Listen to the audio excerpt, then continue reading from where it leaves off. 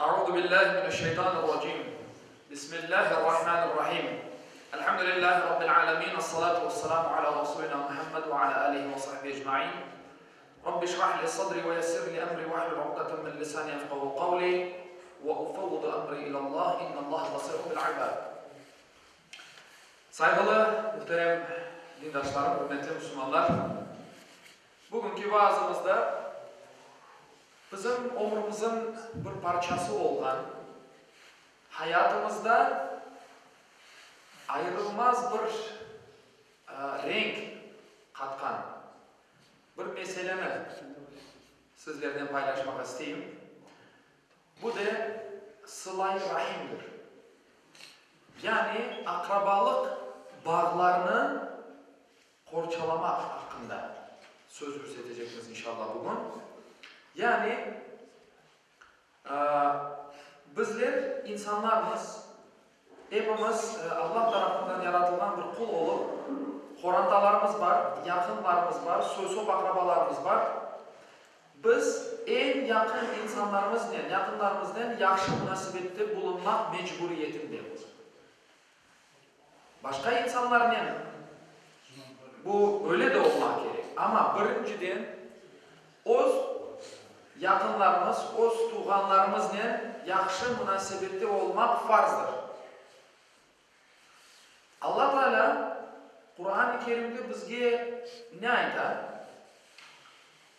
İmamın da her hafta hutbede okuyan ayetini eğer hatırlayacak olsak, İnna Allah ya'muru bil adli vel ihsani ve ita'i zil qurba. Allah adaletini, yaxşılık yapmakını ve soy sopka yardım etmekini emir eder. Emir eder. Yani bu bizge bir Müslümanga, o'zine men Müslümanım degan bir insonga farz oladi. Emir eder çünkü Allah Teala soy sopka yardım etmek, soy sopinle yaxşı münasebette bulunmak bizim için mecburidir. Bütün münasebetler bizim korantamızdan, soysop akrabalarımızdan, yakından başlar, devam eder. Bu hayati bir mevzudur, aktüel bir mevzudur. Afsus ki halkımızın içinde çok böyle örnekler var, misaller var. Adam öz ağasından, doğmuş ağasından laf etmiyor. Adam öz anasından, babasından laf etmiyor. Böyle şey olamaz. Bu günahtır, haramdır. Bizim dinimiz bizge bunu yaxşı bir şekilde öğretti. Allah Teala Kur'an-ı Kerim'de diyor ki, yeryüzünde fesat çıkargan, akrabalık bağlarını kesken, yani kopargan insanlar, kimseler hakkında ne diyor? Allah Teala onlarını lanetlegen, sağırlaştırgan, kör etken. Onlar Kur'an'ı düşünmeyler mi diye aydı Allah. Onlar Kur'an'ı düşünmeyler mi? Yoksa yüreklerinde bir kilit mi var diye. Yani bu vaziyet bizni bayağı yıpratmaktadır. Halkımızın içinde bu pek yaygındır. Peygamberimizin hadislerinde çok kere aytılgandır. Bu mevzuyla bağlı çok sözleri var Peygamberimizin. Bakın, rahim sözü işte akrabalık münasebeti manası yüklenir bu sözge. Arşka, Allah'ın arşına asıla da diyor ki, meni gözetken, meni kelip al-hatırımı sorgan, meni kelip görgen, ziyaret etkenini de sen de kor ve gözet. Meni terk etkenini de Allah terk etsin diye aytar. Yani birbirimize hakkımız var. Horandalarımızga ve akrabalarımızga karşı haklarımız var. Bu hak, bu ak Allah'ın arşına asıladı değil ki, yani akrabalarımız, ziyaret etmegenimiz, laf etmegenimiz, münasebette olmaganımız veya münasebeti koparganımız akrabalar, onlar diyecek ki, yani beni gözetken gözetsin, Allah da gözetsin, Allah da ona karşılık versin, Allah da ona onun ihtiyacını korsun. Beni gelip görmegen, altaklarını sormadan Allah da ondan yüzünü çevirsin, Allah da onu terk etsin diye. Peygamberimizin başka hadislerinde çok böyle ciddi ve kesin bir surette sözler var. Yani değil ki Peygamberimiz akrabalık bağlarını kesip kopargan kimse cennetke kiralmaz diye. Bakın, bizim cennetke kirme sebebi olgan bu akrabalık bağlarını bizler böyle bu mevzuga lakayt kalamız. Yani bizler insanız elbette, canımız ağırda bazı şeylerge istemeyimiz, şu ola bu ola, bizim münasebetimiz kopar. Araga birisi kiri, aramızı bozar, ama her şeye rağmen ne olursa olsun, o bizim akrabamızdır, yakın veya uzak akrabamızdır. Onlarla münasebetimizni sağlamak, korçalamak, kene de aytganımız gibi farzdır, bizge mecburdur. Bakın, pek meraklı bir hadis var. Peygamber Efendimiz diyor ki, birisi rızkının bol olmasını istese ve ecelinin gecikmesini, ertelenmesini istese, sıla-i rahim yapsın diye. Yani akrabalık bağlarını korçalasın. İnsanın ecelini bile geciktirgen bir mesele. Mühim bir mesele. Yani bizim bereketimizni de bollaştırgan bir mevzu hakkında konuşamız. Kim bereketinin bol olmasını istese diye Peygamber ve ecelinin gecikmesini istese, akrabalık münasebetini, akrabalık bağını koparmasın diye. Elbette ki ecel gecikir mi, gecikmez mi tartışılır bir mevzu. Bazı alimler diyor ki elbette ki gecikir. Aytılganındayım. Çünkü biz bilmeyimiz ne vakit bu dünyadan ayrılacağımız, doğru mu? Bizge böyle sen şu saatte, şu günde öleceksin degen bir bilgimiz yok bizim, doğru mu? Allah Teala'ga göre bizim ecelimiz. Yani bazıları diyor ki ecelin gecikmesi şu manada. Her bir adamın ölecek vakti saati yazılgandır. Ama mesela adam 60 yaşında bu dünyadan ayrılır, doğru mu? O adamın yaşaganı 60 yıl bereketlenir. Allah Teala zaman içinde zaman yaratar. Belli bir vakit içinde vakit yaratar. İnsan yaxşı şeylerle uğraşsa, Allah yolunda yürse, Peygamberimizin de aytkanı gibi sıla-i rahim yapsa, yani akrabalık bağlarını koparmasa,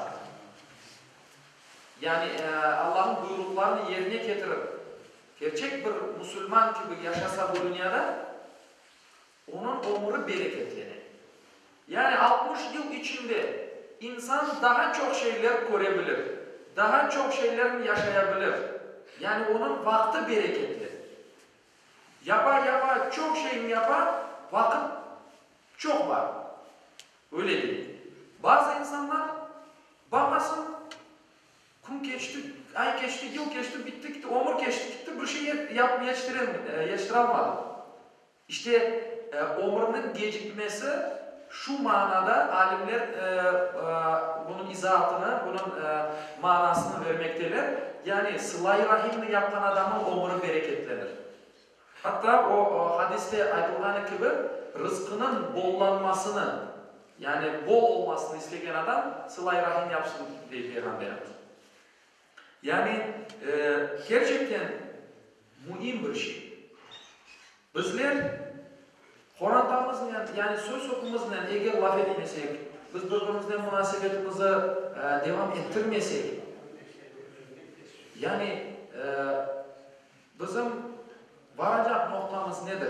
Bizim insanlıkla münasebetimiz ne olur? En yakınından sen laf etmeysin, en yakınından sen yaxşı münasebette değilsin, uzakta olan insanlarla münasebette, yaxşı münasebette olmak bu acayip bir mesele. Aslında pek böyle insanlara soru sorduracak bir mevzudur.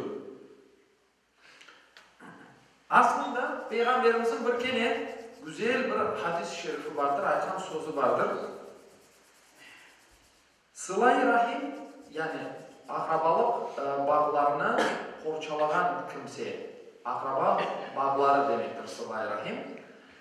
Sıla-i Rahim'ni yapan kimdir? Esasında karşılık vergen adam değildir deyip Peygamberimiz. Yani insandan, benim akrabamdan bana yaxşılık gelir. Yaxşılık bir fayda gelir. O beni gelip kore, ziyaret eti, onun vazifesini yapar. Ben de ona karşılık vereyim. Aynısını ben de ona barıp ziyaret edeyim. Al hatırını sorayım, bayramında ziyaret edeyim. Yaxşı ve yaramay günlerinde yanında olan. Asıl Sıla-i Rahim'ni yapan bu insan değildir deyip Peygamber. Asıl Sıla-i Rahim'ni, akrabalık bağını korçalanan kimdir? Kendisini ziyaret etmegen, gelip nasılsın al hatırını soramagan, insanını barıp ziyaret etken ve al hatırını sorgan kimsedir deyip Peygamberimiz. Adam benim kapımı açıp gelmiyor. Nasılsın deyip soramay. Yaxşısın mı, yaramaysın mı, neyin var, neyin yok deyip soramagan insanga barıp sen nasılsın, neyin var, ihtiyacın var mı yok mu, sağlığın yerinde mi, ziyaretine barmak Sıla-i Rahim yapmak demektir deyip Peygamberimiz. Esas budur. Yani bu hadisten bizler başka bir şey de çıkaramız. Bizler ne olursa olsun dedik ya, akraba ve Müslüman olarak kardeş olup kalmak gerekir. Yani kin, nefret, yani aramız bozulabilir. İnsanmış çünkü. Ama birinci adımını yapmak mühim bir mesele. Herkes onu yapamaz. Peygamberimiz de esas Sıla-i Rahim'ni bu bağlarını korçalagan kim? Birinci adımını atkan adamdır diye. Birinci adımını yapkan adam esas o cennetini kazanmak için eter bunu. Cennetini. Çünkü bile ki bunun sonunda Sıla-i Rahim'ni yapkan diye Peygamberimiz cennetke girerdir. Yapmadan cennete giralmaz diye Peygamberimiz. İşte bizim bir Müslüman olarak en büyük gayemiz, hedefimiz nedir? Allah'ın bizge söz vergeni cennetini kazanmaktır. Bu da çeşit Allah'ın bizge emir etken ibadetlerini yerine getirmekle ve bugünkü mevzumuz olan Sıla-i Rahim'ni yapmakla olur. Cennet kolay kolay kazanılmaz. Cennetke birisinin yakasına yapışıp, birisinin eteğine yapışıp kırılmaz.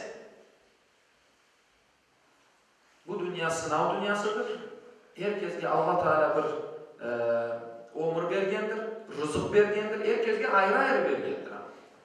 Benim rızkımı başkasına vermegendir. Başkasının rızkını da bana vermegendir. Herkesin ayrı bir payı vardır bu dünyada. İnsanın da ömrünü işte sınav olarak vergendir.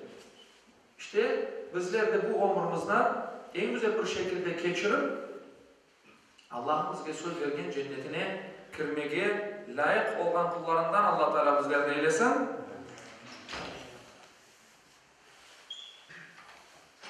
Peygamberimizin bir hadisi şerifine sizlerle paylaşıp vaazıma son vermek isteyeyim, bitirmek isteyeyim. Bir adam Peygamberimizge geldi. Dedi ki, ya Resulallah, soy sokum bilen yaxşı münasebetde bulunam. Men olar bilen yumuşak davranam. Olar bana sert davranam. Men olarga yaxşılık yapam, olar bana yaramaylık yaparlar. Men ne yapmam gerek? Men yaxşı bolup münasebetini korçalamak üçün elimden kelgenini yapam, olar da hep benim yaxşılık yapkanıma ters davranırlar. Tersini yaparlar dedi adam. Peygamberimiz dedi ki, senin akrabalarının yanlış yapkanını o adam'a ayttı ve dedi ki sen bu şekilde devam et, bu şekilde devam et. Devam etkenin müddetçe Allah'ın yardımı seninle beraberdir diyor. Allah yardım eder. Gerçekten insanın ömrü bereketlenir. Biz yaxşılık yapayız. Bizge yaramaylık yapkanlarga da yaxşılık yapayız. Yapayız. Çünkü biz sevap çuvallarımızı doldurmakla meşgul olmak gerekir. Doğru mu? Yarın öbür gün Allah'ın huzuruna duracağımız. İşte ne kadar çok sevap kazansak, ne kadar sevap çuvalımız dolu olsa o bizimle gerek. Yoksa aldanıp, yok sen ölesin, ben senden laf etmem, ben senin o günü almam, şudur budur deyip bizler buna aldanmamak gerekmez. Vaktimiz az, çünkü kimse bilmeyi ne vakit bu dünyadan ayrılacağını, doğru mu? Bu kısa bir müddet içinde maksimum elimizden geldiğine kadar yaxşılık yapmak gerekmez. Allah Teala hepimizin sıla-i rahimini gerçek manada sıla-i rahim yapan, yani akrabalık bağlarını korçalamağa tırışkan kullarından hepimizden eylesin. Çünkü halkının geleceği, bir toplumun, bir halkının geleceği buna bağlıdır. Bir halkının birlik beraberliği aramızdaki olan münasebetke bağlıdır işte. Eğer biz birbirimizden görüşmesek, laf etmesek, birbirimizi tanımasak, dinlemeye istemesek, o zaman birlik beraberlik olmuyor. Birlik beraberlik her zaman aytkanım gibi kökten yağmur gibi düşken bir şey değildir. Birlik beraberlik bazardan varıp satın alıngan bir şey de değildir. Birlik beraberlik nedir? Ne zaman olur? Ne zaman ortaya çıkar? Ne zaman peyda olur?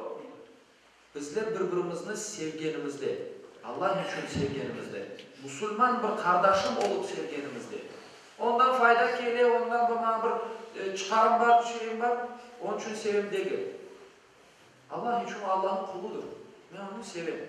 Sevmek de mecburum. Allah Teala Müslümanlar kardeştir diye buyurgandan sonra ben onunla kardeş olmak mecburiyetinde. Ama bizler işte dünyalık bazı fikirlerge, bazı şeylerge aldanamız ve aramız bozular. Ondan sonra zararını görgende biz olamız. Onun için hiçbir şeyge bakmayıp, öz nefsimizge hakim olmak gerekir. Nefis at gibidir. Atkan minse gidersin onun üstünde. Atkan binemezsen at senin üstünden geçip gider. Onun için nefsimizni terbiyeleyiz ve Allah'a layık bir Müslüman, bir kul olarak hayatımızda yaşayıp inşallah. Allah Teala dinlediğiniz için sizden razı olsun. Ve ahiru da'vana enilhamdülillahi rabbil alemin.